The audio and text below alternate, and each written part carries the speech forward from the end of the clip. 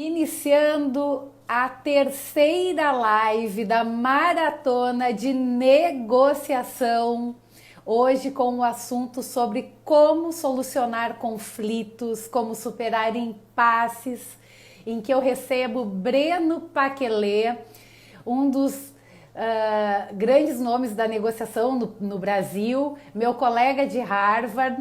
Boa noite! Boa noite! Sejam muito bem-vindos, Diogo, Emília, Derli, Denison. Boa noite, muito bem-vindos. Iniciando o nosso terceiro dia de maratona de negociação. Os 2 primeiros dias já foram incríveis. Eu recebi José Augusto Vanderlei e recebi Newton Rodrigues Lima. Cada um tem a sua abordagem de negociação, cada um tem um viés, cada um tem uma experiência e nós juntos estamos muito determinados a levar um conhecimento de muito valor, muito qualificado, muito relevante para todas as pessoas, para todos os profissionais. E esse conhecimento se chama negociação. Negociação é uma habilidade fundamental para a vida. Desde que você nasce, você já começa a negociar e só vai terminar mesmo quando você partir dessa vida, porque não tem jeito, a gente negocia o tempo inteirinho. Tem pesquisas que mostram que as pessoas passam 80% do seu tempo negociando. Eu acho que é porque os outros 20% elas estão dormindo. Então, acho que a gente negocia o tempo todo. Muito bem-vindos. Já está aqui, já chegou meu convidado, Breno Paquelê. Lu, boa noite. Deixe o seu coraçãozinho que a gente adora. Clique ali no aviãozinho para encaminhar essa live para os seus amigos, para aquelas pessoas que você negocia com frequência, que precisam saber mais sobre isso. Breno, muito boa noite! E aí, Simone, tudo bem? Tudo bem? E com você? Que alegria te receber! Tudo certo. Assisti aí as outras lives, foram muito boas. Só fera, né? Só fera. Porque assim, ó, se é pra gente fazer alguma coisa, a gente faz com alto nível, né? Tem que fazer direito, é verdade. Tem que fazer direito. E muito obrigada por aceitar o convite para participar dessa live, Breno. Breno, que eu tive a honra de conhecer na gravação de um podcast sobre negociação para a revista Você S.A., da qual nós dois somos colunistas, com muita alegria. E tive a honra de conhecer o Breno. O Breno foi executivo por muito tempo, é meu colega de Harvard e autor do livro Par Mal. Levanta a mão aí quem quer ganhar mais dinheiro! Levanta a mão quem quer negociar salário e sempre levar, né, Breno? Porque só negociar e não levar a gente não quer. Exatamente, quer ter sucesso, né? E eu falo sobre negociar salário ou negociar uma melhor qualidade de vida também. Isso também é um ponto importante, né? O que é fundamental, realmente, porque nem sempre é o valor monetário, muitas vezes é o benefício e certamente todos nós queremos mais qualidade de vida. Mas deixa eu já te perguntar um negócio. Tu acha que nesse contexto, nesse cenário todo pandêmico que estamos vivendo, uma das maiores negociações vai ser ter um escritório, ter uma sala, ter um ambiente físico para ir, ou tu acha que as pessoas vão querer continuar negociando home office? Eu acho que as pessoas mudaram muito as necessidades delas, né, nesse momento de crise. Então, às vezes as prioridades que eram outras, num outro momento, foram completamente alteradas. Então, eu vejo que muita gente está vendo mais sentido em trabalhar por home office, pessoas que não valorizavam tanto isso, agora veem isso como um aspecto importante. E isso certamente é algo negociável também, né? Eu já lancei o livro no ano passado e eu já falava sobre essa questão de home office nele também. E é muito engraçado, porque existia um preconceito dos dois lados, tanto dos colaboradores quanto dos empregadores. Eu conversando com um empresário que eu atendo, ele disse e eu trabalho como consultora dele já há algum tempo, para a empresa há alguns anos, e ele dizia assim, olha, eu vou pagar para o cara trabalhar em casa de bermuda. Assim, quando começou a pandemia, passou mais ou menos ali umas 2 semanas, todo mundo em home office, ele disse, olha, vou te dizer uma coisa, Simone, tu já me dizia isso, mas eu sei de uma coisa, que agora, quando tudo voltar ao normal, metade das pessoas vão continuar em home office, elas não vão voltar mais. Uma mudança de paradigma muito grande, né? Com certeza, e isso gera também redução de custo para as empresas, né? Eu vejo que as empresas estão precisando se reinventar, a gestão de custos hoje é essencial, já que as empresas estão com menos receita, então essa certamente é uma linha que dá para reduzir bastante, né? Com esses custos de escritório e administrativos. Claro, umas sedes às vezes enormes que você precisava ter, não faz mais sentido. Mas eu só sei de uma coisa, que quem tem filho pequeno em casa, como eu, acho que deve constar no dicionário que home office é antônimo de ter crianças em casa.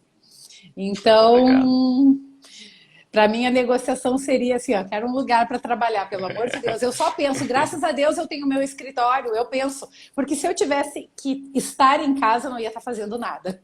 Verdade. Mas, Breno, eu queria que tu falasse um pouco para a gente sobre como surgiu o interesse nessa área chamada negociação na tua vida. Quando que você percebeu que negociação era importante aprofundar o estudo, aprofundar o conhecimento? Me conta um pouquinho da tua trajetória, por favor. Tá bom. Eu me formei em Direito, né? Mas nunca advoguei, né? Só me formei em Direito, mas depois migrei para a carreira executiva. Então, já comecei a trabalhar em empresas e responsável por áreas de negócios. Então, sempre para expandir negócios, para viajar países, para tentar levar as marcas que eu representava para lá. Então, eu precisava de habilidades de negociação para fazer isso, né? Trabalhava em comércio exterior, tanto com importação quanto com exportações. E eu comecei a me envolver em milhares de negociações desde o começo da minha carreira. E eu fui vendo que a habilidade para conseguir levar essas negociações era essencial.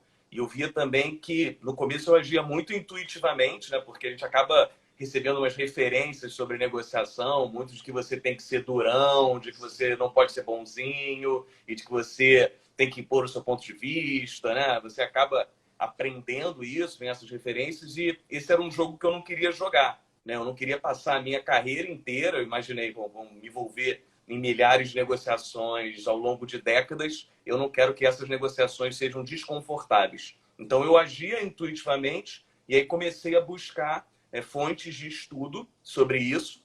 E aí comecei a descobrir os livros dos autores do programa de negociação de Harvard, o que me levou a fazer cursos lá, o que fez eu me apaixonar cada vez mais pelo tema e fez com que eu quisesse começar a dar aula, né? Comecei primeiro treinando equipes internamente das empresas onde eu atuava e fui vendo que quanto mais eu estudava a negociação, praticava nessas negociações e estudava para poder dar aula, mais eu ia enriquecendo esse conteúdo, mais eu conseguia melhores resultados, conseguia impactar positivamente a vida das pessoas, e aí acabou sendo um caminho natural até eu tomar a decisão de abandonar a minha carreira corporativa, executiva, para poder me dedicar também a esses treinamentos. Então, hoje eu dou consultoria, treinamento em negociação, né? Então eu continuo negociando na prática, né? Nas empresas nas quais eu dou consultoria, mas os treinamentos e a produção de conteúdo ocupa uma enorme parcela do meu dia.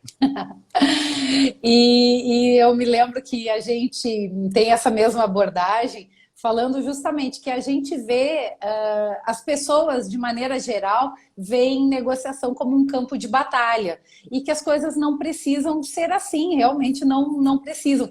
E aqui vou fazer um parênteses, mas você falou uma coisa que mexe justamente de uma maneira muito profunda comigo, e por isso essa maratona de negociação, convidando meus colegas de profissão para debater esse tema, porque as pessoas negociam de maneira muito intuitiva, muito instintiva. Nós negociamos a maior parte do nosso tempo, mas as pessoas não acabam estudando, elas não trazem clareza, consciência para o processo e com isso acabam perdendo muito, não só de recursos, né, mas perdem relacionamento, geram desgastes em relações que poderiam ser muito produtivas, né?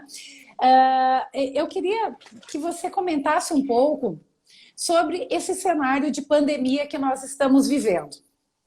Da mesma forma que a gente acredita que negociação não precisa ser um campo de batalhas, na vida real a gente vê muitas pessoas falando da situação difícil que estamos enfrentando e muitas pessoas ainda muito desacreditadas que as coisas vão realmente piorar. E vai ser um cenário muito conturbado, vai ser um cenário talvez de muita escassez. Quais vão ser os maiores desafios e oportunidades nesse cenário pós-Covid, pós-corona crise, quando a crise sanitária se resolver e que provavelmente a crise econômica fique ainda por um bom tempo. Mas quais vão ser os maiores desafios e existirão oportunidades e que oportunidades serão essas?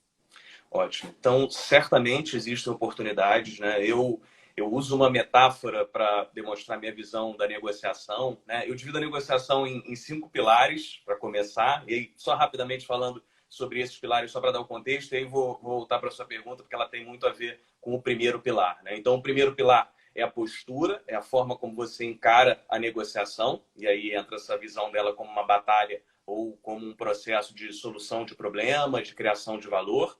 O segundo pilar é a preparação. Então, você mesmo falou que as pessoas são muito intuitivas na negociação, não seguem um processo para se preparar. O terceiro pilar é comunicação. Eu acho que a gente vai ter bastante oportunidade de falar sobre isso. Quarto pilar são táticas efetivas de negociação. E o quinto pilar são as emoções, que as emoções certamente estão presentes no processo todo e elas podem destruir potenciais acordos. Tá? Então, esse primeiro aspecto, essa pergunta que você me fez, ela entra bem na questão do primeiro pilar, que é a forma como você enxerga a negociação.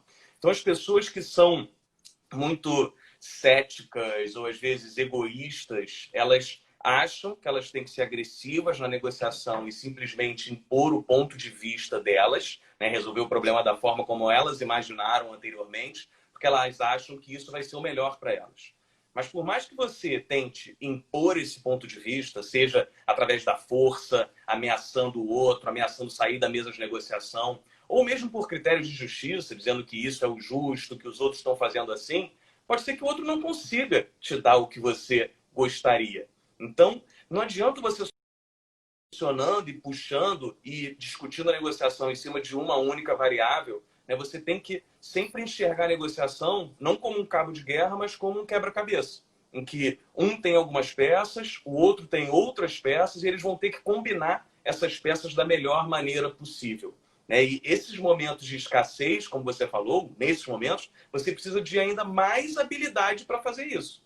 Esse que é o ponto. Se eu tenho poucos recursos, se eu for simplesmente na marra, tentando impor, aí mesmo que eu não vou conseguir resolver meu problema. Então, essa é uma primeira reflexão muito importante, né? Você abordar a negociação como um processo de construção é mais inteligente porque faz com que exista mais valor na mesa para ser distribuído. Esse é um ponto principal e muito importante. As pessoas ficam muitas vezes agarradas às suas posições, né? E deixam de lado os seus interesses e acabam pelas posições que muitas vezes têm alguns vieses que, na verdade, não vão justificar, não vão atender a sua real necessidade.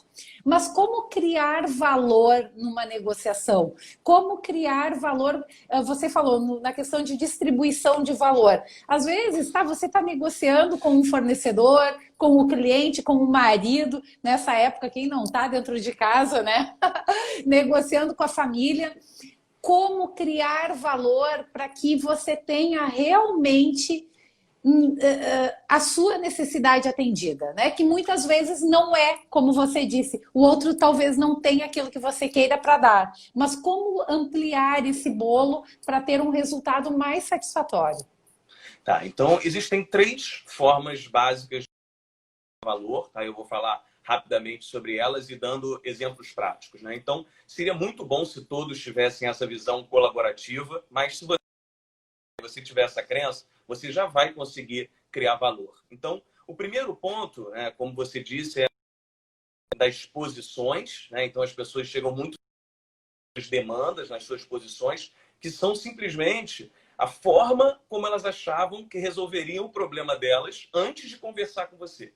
Então, alguém que vai falar, olha, eu quero 25% de desconto no meu aluguel.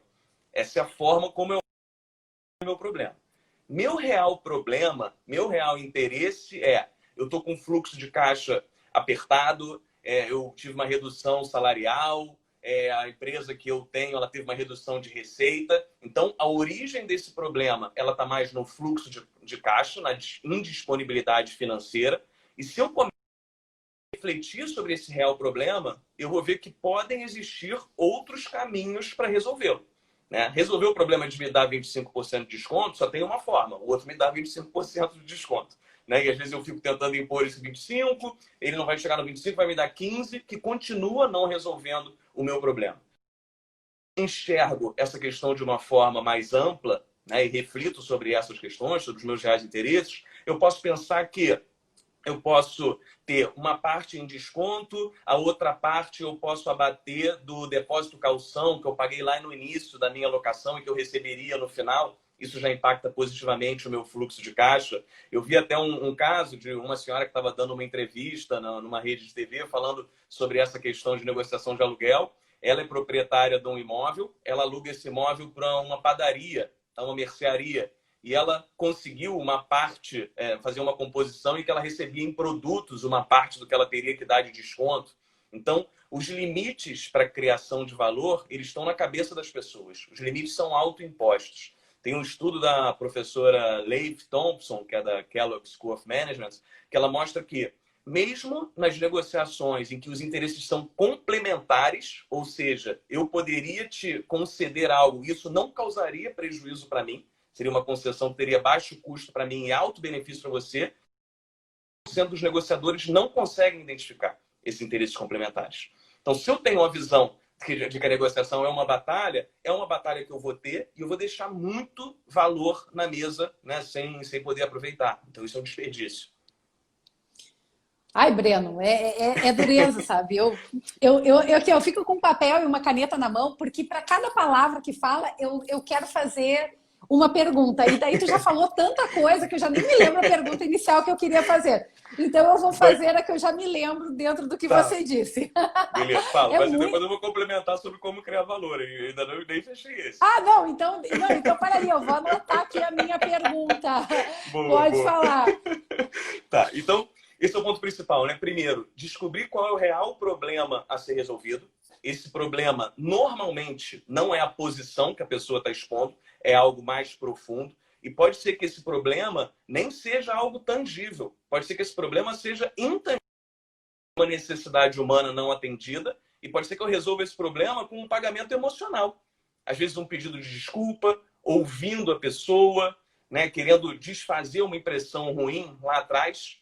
Isso pode resolver o problema. Esse pagamento emocional pode ser melhor do que... Pode ser melhor, não. Ele é melhor para resolver um problema emocional do que um benefício financeiro. Tá? Então, primeiro, descobrir o real problema a ser resolvido para criar valor. E, segundo, adicionar variáveis na negociação. Não fazer com que a negociação seja uma mera disputa simplista em cima de uma única variável, que normalmente é valor financeiro nominal. Né? Então, como eu dei nesse caso do aluguel, né, se você coloca, além do dinheiro, também alguns outros benefícios ou outros bens, como essa permuta que eu citei, parte do depósito calção, ou aumentar o prazo de contrato, ou vincular que a pessoa pode ficar com algum móvel que ela tem interesse, que está na casa hoje, ou acertar que uma obra no final do contrato ela execute. Então, quanto mais variáveis você adiciona na negociação, quanto mais moedas, né, você vai adicionando, né, mais moedas de troca você tem no final, né? Quanto mais itens você adiciona, mais moedas de troca você tem no final. Então, para criar valor, é descobrir o real problema, adicionar variáveis e, se um aspecto for muito mais importante do que todos os outros e não der para esses outros que você adicione não criem tanto valor, você pode quebrar um item em dois, ou quebrar um item em vários, né? Que é o que os pais fazem muito. Então, às vezes, o pai está ali, tem uma televisão e os dois filhos querem assistir um programa. Ele pode decidir que um escolhe a primeira meia hora, o outro escolhe a outra meia hora, ou um escolhe segunda e quarta, o outro escolhe terça e quinta. Né? Isso faz com que você torne itens que eram indivisíveis, você torne-os divisíveis. E isso tem por trás uma questão de comunicação muito forte. E aí a gente entra na escuta ativa, na escuta com o real, com o genuíno interesse em ouvir o outro, porque na maioria das vezes, enquanto eu estou ouvindo, eu estou planejando o que eu vou falar na sequência. E isso traz também a questão dos perfis dos interlocutores, porque as pessoas são diferentes. É muito engraçado. Hoje até eu conversei, eu tenho uma amiga que me indicou uma profissional. E essa profissional me mandou uma pesquisa. E a minha amiga perguntou, o que você achou dela? E eu disse, putz, tem que responder uma pesquisa sobre isso? Eu não tenho a menor ideia. E ela, que engraçado, na minha época não tinha. E hoje a minha amiga mandou uma mensagem com um copy da pesquisa. Bah, eu vou fazer um trabalho com ela e ela me mandou a pesquisa, mas eu não tenho a menor ideia do que responder. E eu disse, caramba, se ela pegar para esse tipo de serviço, e eu não vou aqui citar porque sabe como é que é, né? Daqui a pouco não sabe do que eu estou falando. Para evitar constrangimentos, se ela pegar uma pessoa muito analítica, essa pessoa vai adorar responder a pesquisa. Eu, que sou muito mais extrovertida, comunicativa, eu quero falar com ela e dizer o que eu quero, eu não quero responder pesquisa. Então, como lidar com esses perfis de interlocutores durante as negociações? Tá, então a comunicação é essencial para a negociação, e você conseguir criar uma sintonia com outra pessoa, fazer a comunicação fluir, é um grande desafio. Né? Eu vi uma pesquisa nos Estados Unidos em que os profissionais reportaram que 42% dos problemas de negociação, de comunicação que eles enfrentam no dia a dia é porque as pessoas têm perfis diferentes. Esse é um ponto muito importante. Né? Muito. Então, as pessoas falam línguas diferentes. Então, você pega, por exemplo, uma pessoa que tem um perfil mais pragmático, ela toma decisões baseadas em dados de forma rápida. Então, ela é aquela pessoa que gosta de ir direto ao ponto. Né? Aquele, por exemplo, um comprador pragmático, se ele recebe um vendedor, e o vendedor fala, e aí, meu amigo, tudo bem? Você viu o jogo de futebol? Ele fala, sim, tudo certo, mas e aí, o que você veio me trazer? O que você tem para me mostrar? Ele quer ir direto ao ponto, ele não quer perder tempo com essas conversas que a gente chama de small talk. É o, né? o que quer responder a pesquisa e receber a pesquisa, né? Sim, e por outro lado, essa que é a questão, né? Tem muitos vendedores, aí falando de venda especificamente, muitos vendedores acreditam que eles vão estabelecer uma conexão com outra pessoa, ficando amigos delas, batendo papo, falando sobre generalidades. Mas, na verdade, tem um perfil específico que gosta disso. São pessoas que têm um perfil expressivo, elas se conectam com as outras, elas tomam decisões, mas baseadas na confiança. Então, para essas pessoas, é muito mais importante saber que ela pode confiar em você do que simplesmente uns dados que você vai mostrar e que possa apresentar. Então, esse perfil, sim, é um que vai interagir mais com essa confiança. E se com ele você for direto ao ponto, ele vai falar, não, calma, pô, vamos conversar um pouquinho, não precisa já ir direto ao ponto. Então, você vê que como os perfis são diferentes, fica muito difícil você se conectar se você estiver falando línguas diferentes. Já um analítico, por exemplo, ele precisa de dados para tomar uma decisão muito embasada. Então, é aquele que vai perguntar para você, qual é a taxa de juros? Aí você vai falar, melhor do mercado, super competitivo. Então, não, eu quero saber exatamente qual é a taxa de juros. É 1,12, é 0,99. Então, tem vendedores que até tomam esse analítico como chato, acham que ele pergunta de o que mais ninguém quer, E nem dão a informação. Aí uma semana depois liga para ele e fala assim, e aí, meu amigo, decidiu? Eu falo assim, você não me passou os dados, não tem como ter decidido. Ele falou, não, mas confia em mim. O que eu estou te apresentando é bom. Eu falei assim, não, eu quero confiar em você, mas eu preciso olhar os dados. Então, é uma desconexão completa. Então, o que eu digo é, mesmo que você não identifique o perfil do outro, você não precisa resistir aos sinais que a pessoa está te dando. Então, se a pessoa está te pedindo informações, dê as informações. Se você não tem essas informações agora, são dados específicos, você não tem, você fala, olha, eu não tenho essa informação agora, mas entendi que eles são importantes para você, eu vou te enviar depois um arquivo com essas informações para você poder fazer o seu estudo. Se a pessoa, você queria contar algo de A a Z, passando pelo processo todo, e a pessoa está fazendo perguntas diretas, dê respostas diretas. Eu estava conversando com um amigo meu outro dia, ele é gerente de uma grande indústria, e ele estava desabafando comigo, né? Ele falou, olha, nas minhas reuniões semanais com o meu diretor, eu fico frustrado porque eu quero contar para ele as questões que aconteceram ao longo da semana e as decisões que eu tomei, e eu quero explicar, tintim por tintim, o que aconteceu na ordem correta, e ele fica me cortando, fala para eu ir direto para o final, dizer o que aconteceu, e isso é muito ruim. Aí eu falei, bom, mas por que você faz? Por que você precisa? Por que você conta essa história inteirinha? Por que você não vai direto ao ponto para ele? Aí ele refletiu e falou, porque eu preciso explicar para ele o contexto todo, para ele entender as decisões que eu tomei. Eu falei, você falou perfeitamente. Você precisa. Não dele. Ele só queria uma visão geral. Ele interage com vários outros gerentes. Ele só precisava da resposta que ele te pediu e vocês não vão conseguir conversar. Vai chegar um momento que ele nem vai te chamar mais para reunião, porque ele vai dizer que não dá para falar contigo, porque você perde muito tempo. Esse é um grande problema da desconexão, é que as pessoas podem acabar não querendo se relacionar com você, ou se desengajam, ou param de prestar atenção no meio do processo, e você perde uma boa oportunidade de transmitir informações. É isso que você colocou de se o cara está pedindo, atende ele. Atende ele. Você não tem que fazer para você, você tem que fazer para o outro. Isso é o que vai minimizar o impasse, isso é o que vai reduzir o conflito e é isso que vai favorecer que se abra o campo para negociação, porque isso tudo está na base da negociação. Não adianta você chegar num determinado momento. Às vezes, em algumas palestras, quando eu fecho alguma palestra ou treinamento, as empresas me dizem, a gente quer fechamento, técnicas de fechamento de venda, técnica de argumento de venda. Enquanto você não construir esse entendimento, que isso aí é base até para o processo inicial de preparação, você não vai conseguir entender o outro lado.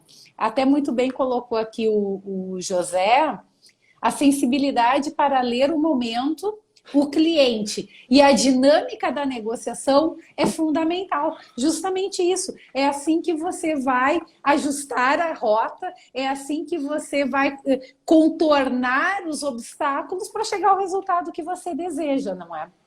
Essa desconexão ela já é muito ruim em interações sociais, nas nossas trocas do dia a dia. Numa negociação, ela inviabiliza totalmente o processo. Então, essa capacidade de conseguir ter essa sensibilidade, não lutar contra esses sinais claros que as outras pessoas dão.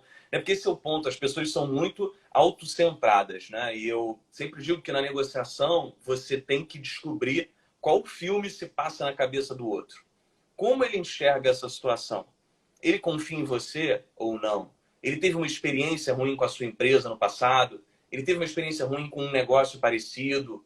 Ele acha que a sua solução é confiável ou não? Se você não entender como ele pensa, né? Se eu não sei de onde eu estou partindo, não tem como eu te levar para algum lugar. Né? Então as pessoas acham que só de entender o outro elas vão estar concordando, vão estar perdendo a capacidade de colocar suas questões, mas não. Na negociação, para você resolver o seu problema, você precisa resolver o problema do outro.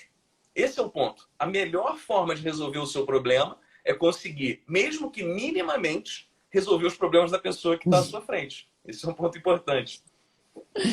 Mande a sua pergunta, mande seu comentário, mande aí seus coraçõezinhos, seus likes. A gente está querendo ver aqueles coraçõezinhos assim subindo. Encaminhe, que ainda tem meia hora de conversa, esse bate-papo que está super legal. Encaminhe para os seus amigos para que eles possam também assimilar esse conhecimento que é tão valioso para as nossas vidas, para as nossas carreiras, para os nossos negócios, seja no cenário que for, não é? E, Breno, principalmente devido à pandemia, mas claro, algumas pessoas também já passavam por isso de uma maneira antes, né? Não só pela pandemia. Por exemplo, eu negociei muito quando eu fiz meu mestrado na Europa, eu trabalhei numa empresa líder europeu. Eu fazia toda a comercialização para o Brasil e América Latina. Então, meu contato era só por telefone. Então, além de ter a questão da distância, tinha a questão cultural e atender o Brasil, para mim, era muito mais fácil, obviamente, mas com os outros países sul-americanos também dificultava. Mas eu sou uma pessoa, eu sou essa pessoa da confiança, tanto que o meu livro é sobre negociação relacional, tendo a confiança como base. E, eu sempre achei muito estranho não ter o olho no olho na negociação. Para mim, sempre foi um desafio muito grande. E agora, nós estamos negociando tudo no online, tudo no digital, seja pelo telefone, pelo Skype, pelo Zoom, pelo WhatsApp, né? Seja por qual meio for, nós saímos do contato presencial para esse cenário desafiador, pelo menos para mim, digital. Quais são as vantagens, quais são as desvantagens desse meio, dessa nova tecnologia, para você chegar ao acordo que você deseja? É muito engraçado. Esses dias até uma pessoa que eu conheço, ela me disse, me procurou, queria negociar salário, negociar o aluguel, e aí ela disse, eu não consigo nem contato com o pessoal da imobiliária. Além de tudo, eu vou ter que negociar virtualmente. Então, quais são esses desafios que estamos tendo que nos adaptar agora?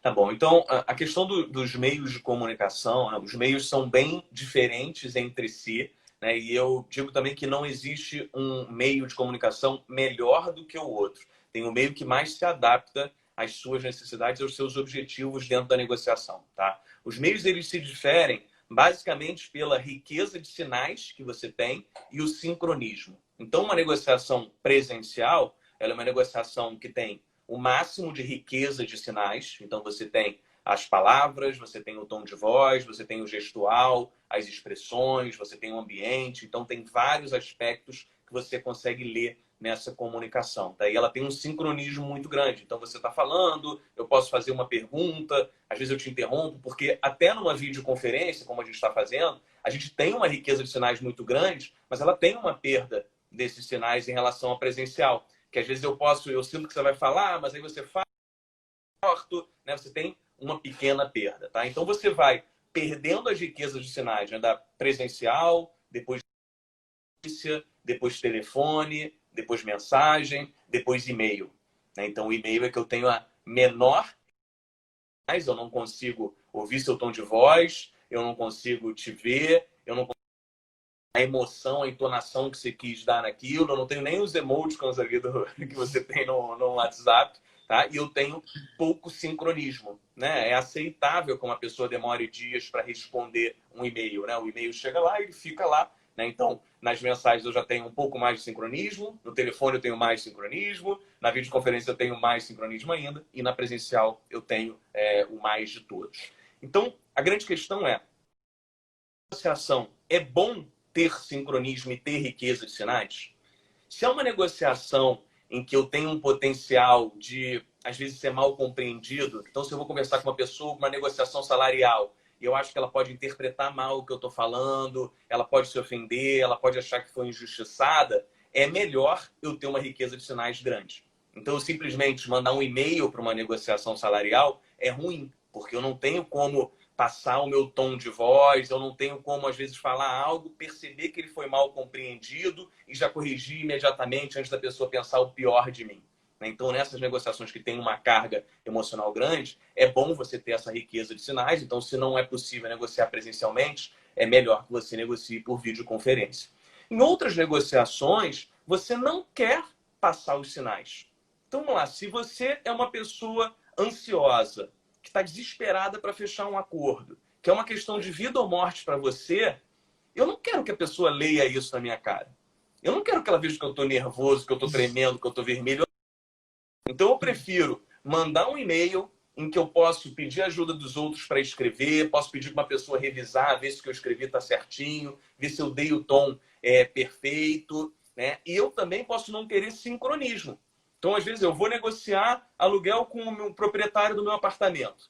Eu sei que é uma pessoa, que ele é uma pessoa que, se eu ligar para ele, ele vai me cortar o tempo todo, ele não vai deixar eu colocar meu argumento até o final. Então, eu vou falar, pô, mas você viu, agora nesse momento de crise, eu tive uma redução grande da receita. Ele vai falar, não, mas crise é isso aí mesmo, vai passar, não se preocupa, vamos para frente. Esse sincronismo me atrapalha, porque ele não deixa eu aprofundar os meus argumentos. Então, se eu sentir que o excesso de sincronismo me atrapalha, eu também vou escolher um meio que tenha menor sincronismo, como o e-mail. A possibilidade é você combinar meios de comunicação.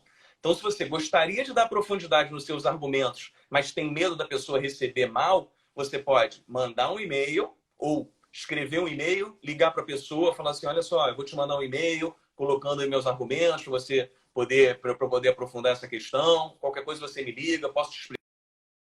Você combina os meios e também diminui esses riscos. Então, você tem que entender quais são os seus objetivos, quais são os riscos que você não quer correr nessa negociação, para escolher o meio que melhor se adapte.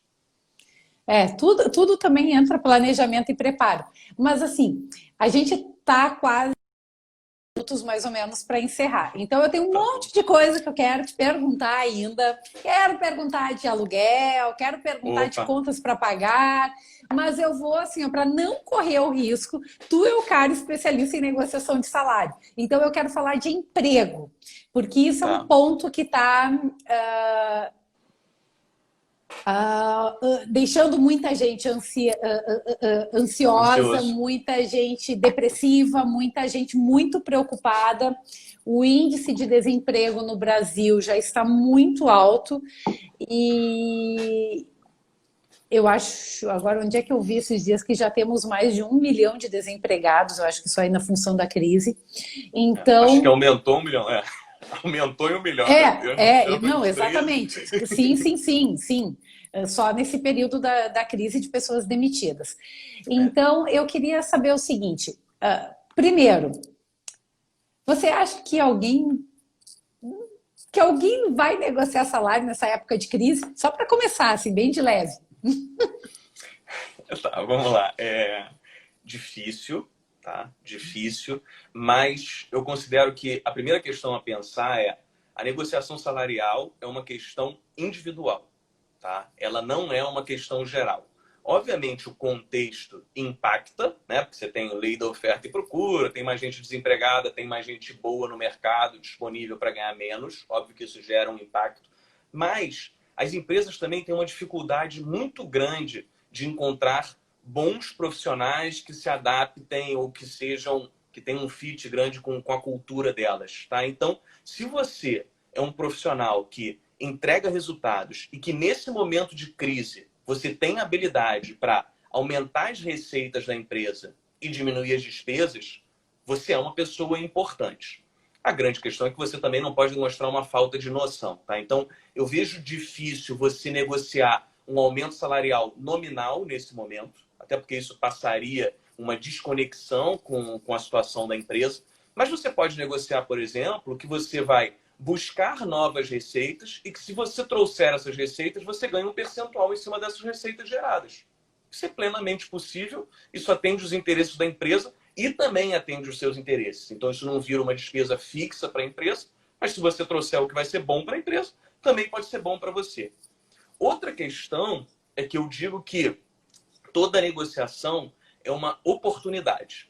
Então, as pessoas acham que quando o gestor vem falar com elas, então a gente viu agora a MP, que virou lei, que mostra que você pode ter uma redução de jornada e consequente redução do salário. as pessoas acham que é uma questão simplesmente delas aceitarem ou não, né? Que é binário, né? Meu gestor colocou isso aqui, ou senão eu serei desempregado. O que você tem que pensar também é que o seu gestor, ele quer fazer aquele acordo. É mais simples para ele, ele precisa da sua assinatura para chegar nesse acordo. Então, para ele é bom resolver essa questão. Então, essa também é uma oportunidade, já que ele quer resolver essa questão e você talvez tenha que diminuir a sua carga horária, essa é uma oportunidade para você também discutir outras questões relativas à sua satisfação no emprego que podem fazer diferença para você e que não custem nada para ele. Então, o momento de você falar, olha, tudo bem, a gente pode discutir isso agora. Agora, eu já tinha conversado com você anteriormente sobre pegar novos projetos. Será que agora, nesse momento, não seria a melhor hora de eu fazer isso? Será que eu não posso assumir uma outra responsabilidade? Será que eu não posso pegar um projeto e ganhar um percentual em cima dele? Será que eu não posso, a gente já tinha discutido, será que eu não posso colocar nesse acordo que uma vez por semana eu vou ter home office, mesmo depois que o isolamento acabar? Isso é uma conversa. Isso começa a ser uma discussão. É muito mais fácil você obter benefícios fora o salário do que o salário unicamente, né? Então, eu tinha uma pesquisa que mostrava que num período de tempo nos Estados Unidos, acho que de 2000 e... acho que era em 8 anos, os salários cresceram menos de 5% e os benefícios subiram 20%. Então, é muito mais fácil para a empresa te dar algum benefício do que simplesmente te dar um salário nominal. Então, toda negociação é uma oportunidade de abrir outras questões que são importantes para você, né, e que você pode reabrir, que você não puxaria essa conversa ativamente, mas que você pode incluir nesse acordo que você vai assinar. Show de bola. Mas chega na prática, a pessoa que vai ter uma redução salarial, por exemplo, ela quer saber do dinheiro dela. Aí vamos para o outro lado, não para o lado do empregado, vamos para o lado do empregador ou do gestor. Como que deve ser a postura dele para que ele leve esse empregado a continuar motivado, continuar produtivo, mesmo no caso que daqui a pouco alguém aí vai passar de redução de salário. Tá, é muito importante, né, na negociação tem um conceito do enquadramento, né, que é a forma como você apresenta a questão aumenta as possibilidades dela ser melhor considerada, né, ou muda a forma como os seus argumentos serão considerados. Então, vamos lá, se o empresário ele chegar simplesmente enquadrando essa discussão como tentando convencer a pessoa, olha, eu vim aqui para te convencer a aceitar uma redução de jornada e de salário, mas isso vai ser bom para você, não vai ser tão ruim, você vai continuar tendo um emprego. Isso é algo que a pessoa não vai trazer benefício nenhum, não vai tangibilizar benefício nenhum para ela, e ela tem grandes chances de ficar desmotivada, ainda mais se isso for feito sem atenção ao lado dela, né? Se você simplesmente mandar um comunicado, não explicar as razões, então isso pode ser ruim ou mal interpretado. Por outro lado, você pode enquadrar essa questão, né? Tem muitos gestores e empresários, eles não gostam de abrir questões internas dele. Mas nesse caso, a transparência é muito importante. Então, se ele chega e fala assim, olha, a empresa teve uma redução de receita de 80%, e eu estou buscando a melhor forma possível de manter manter a empresa viva sem demitir pessoas, ou demitir o mínimo possível de pessoas. Eu estou convidando a pessoa para... Completamente diferente. O problema é esse, é isso que eu quero resolver. Tenho uma missão que é nobre, que é manter essa empresa viva, que é demitir 1 milhão de pessoas, e preciso contar com o apoio de todo mundo. Essa é a forma como eu imaginei resolver o problema. Se você tiver outras formas que resolvam esse problema de uma forma melhor do que essa, eu estou disposto a ouvir. Aí você começa... É completamente diferente, né? Completamente. E eu me pergunto por que sabe, como tem gente que não pensa nisso? É por isso, Breno, é por isso que a gente tem que fazer várias maratonas de negociação. As pessoas precisam ouvir isso, porque eu tenho casos que eu já acompanhei, justamente. Vai um comunicado sem a menor empatia, sem o menor respeito, dando uma notificação, jogando e vai, te vira. Né? É lamentável. E sabe qual é o problema? Então, isso vai lá na origem, que a gente fala de enxergar a negociação como uma disputa, como uma batalha. Né? Existe um efeito do falso consenso. Né? Então, as pessoas sempre acham que a outra quer exatamente a mesma coisa que ela. E por achar que o outro quer exatamente pagar o mínimo possível, o outro fala, meu funcionário só quer ganhar o máximo possível, e é isso. Os nossos interesses são completamente opostos, não tem nada que seja complementar nessa história. Aí isso entra numa outra questão, que é a desvalorização reativa. Quando eu faço uma proposta para o outro, ele acha que é ruim para ele só por ter partido de mim. Então, assim, como foi uma proposta minha, eu falo assim, pô, isso não deve ser bom para mim. Se ele quer o oposto do que eu quero. E se ele é meu adversário, não pode ser. Desconfia de algo que seria bom para ela só porque veio do outro. Então, você criar esse ambiente de confiança, em que você mostra que há um problema maior para resolver, ele também aumenta as chances de que a sua proposta vai ser considerada. Breno, eu tenho milhares de perguntas ainda, mas a gente está a 14 minutos, então eu vou ter que dar uma acelerada.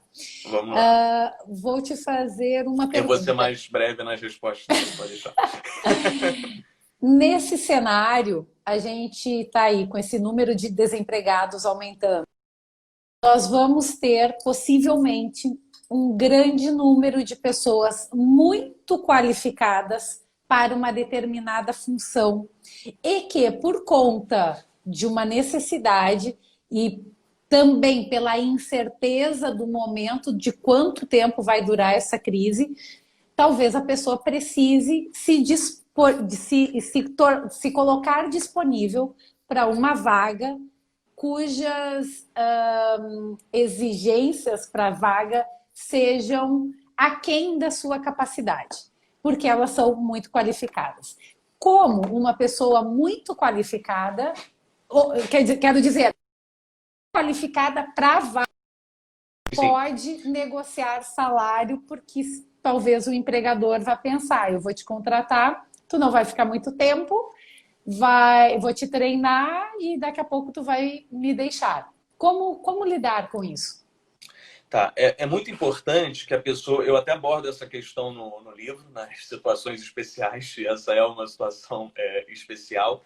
É muito importante que você, assim, essa é uma questão a ser abordada, tá? Mas eu vejo que ela deve partir do empregador, tá? Eu vejo que se a própria pessoa, ela já coloca muito, eu me vejo super qualificado, porque eu sei que eu tenho mais a contribuir do que a vaga que vocês têm para me oferecer, ele pode passar uma arrogância que vai ser ruim, que pode ser mal interpretada, então você pode acabar fechando as portas, tá? Agora, se essa questão surgir, se essa pergunta surgir, a pessoa identificar que você é super qualificada, que as suas experiências anteriores são maiores do que essa vaga, você tem que refletir sobre o que te motiva nessa vaga, tá? Então, fala assim, olha, eu sei que eu já tive posições maiores, mas eu vejo aqui nessa empresa uma possibilidade de construir algo do zero, de ser um desafio muito importante, ou é uma empresa onde eu posso também ter um maior equilíbrio entre qualidade de vida e salário.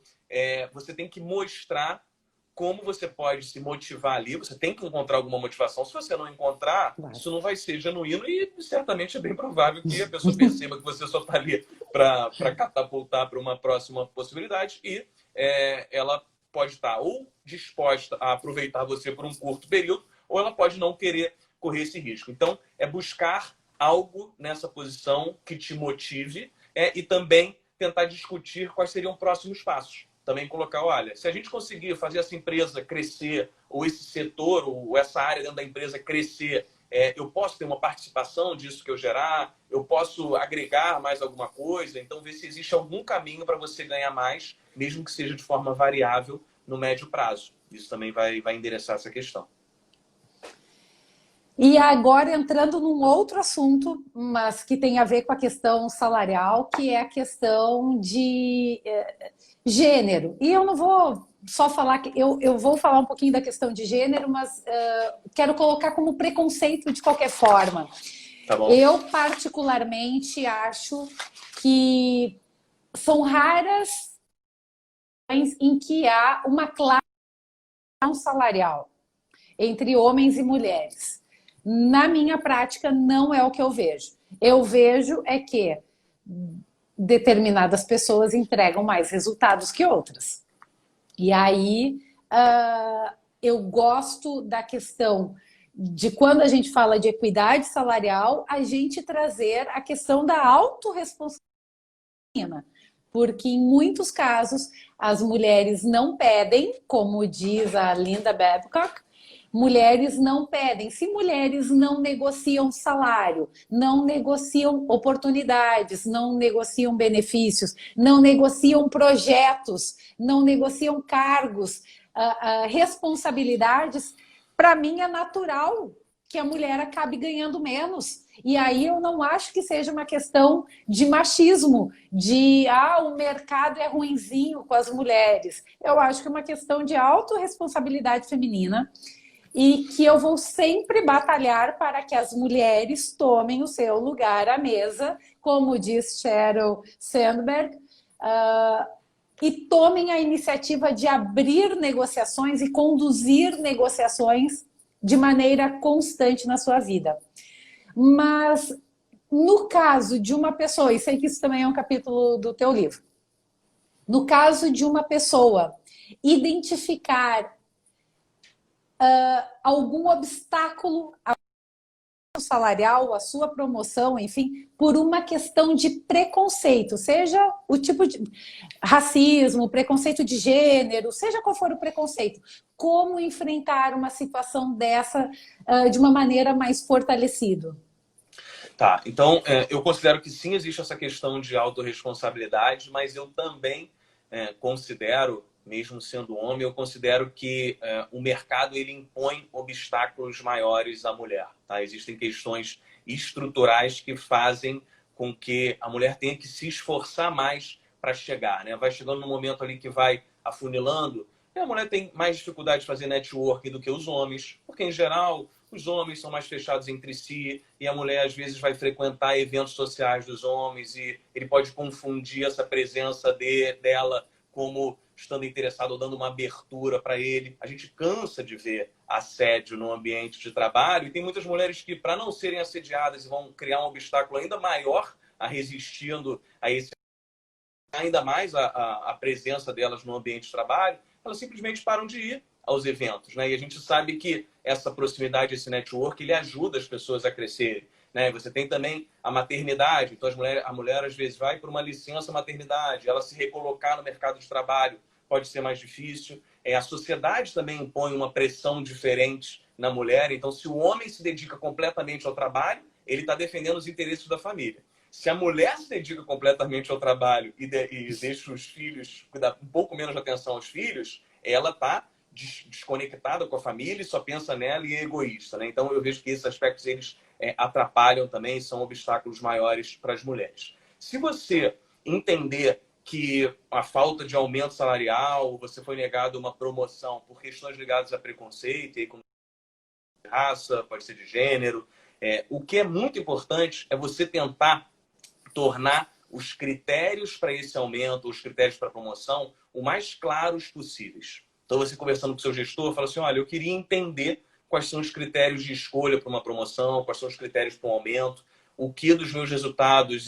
o que eu não estou entregando de resultado, o que eu deveria fazer de diferente. Quando você torna essa questão tangível e objetiva, fica muito mais para outra pessoa dizer, não, olha, não tem nada que você possa fazer, a questão é preconceito. Ela não vai admitir isso. Então, quando você obriga essa pessoa a traduzir isso em palavras e em critérios, ela, às vezes, não vai ter outra escolha. E quando você cumprir esses critérios, vai ser muito mais difícil para ela negar, porque ela mesma que criou esses padrões. Então, é tentar tornar a questão o mais objetiva possível, para não deixar outra opção para essa pessoa que tem um preconceito, né? Critério de Harvard. Certamente. Um dos métodos de Harvard. Princípios. Utilize critérios racionais, objetivos, porque contra argumentos, contra dados, é muito mais difícil de se colocar, né? De argumentar. É verdade. Mas, Breno, eu bati aqui, mas eu quero te agradecer muito. Quero que tu fale aqui, eu acho que o teu Instagram é Breno Paquelê. Siga Breno Paquelê. Breno.paquelê, siga o Breno. Muito obrigada pela conversa, muito obrigada pela presença nessa maratona de negociação. E estamos juntos, né, eu já te disse, eu acredito no poder transformador da vida das pessoas, da sociedade como um todo, através da negociação. Quanto mais pessoas tiverem acesso a esse tipo de conteúdo, a essas informações, a esse conhecimento tão valioso, mais pessoas terão sucesso e felicidade, porque a gente negocia para ter sucesso e felicidade. Então, eu quero te agradecer profundamente. Muito obrigada pela tua participação. Valeu, Simone. Muito obrigado aí pelo convite. Parabéns pelo seu trabalho. E vale também as pessoas depois procurarem lá para ouvir o nosso podcast na Você SA, né? Que a gente Tá. tem uma conversa já lá gravada e ver tanto Muito os bem meus lembrado. artigos quanto os seus, procurar nossa coluna, né? Isso aí, bem lembrado. No meu link da bio tem o podcast, tá uma conversa muito rica. Tenho certeza que vocês todos vão gostar. Siga @Simone Simon, siga @breno.paquelê. E muito obrigada, Breno. Boa noite. Valeu, valeu, gente. Valeu, Denison, José. Valeu, gente.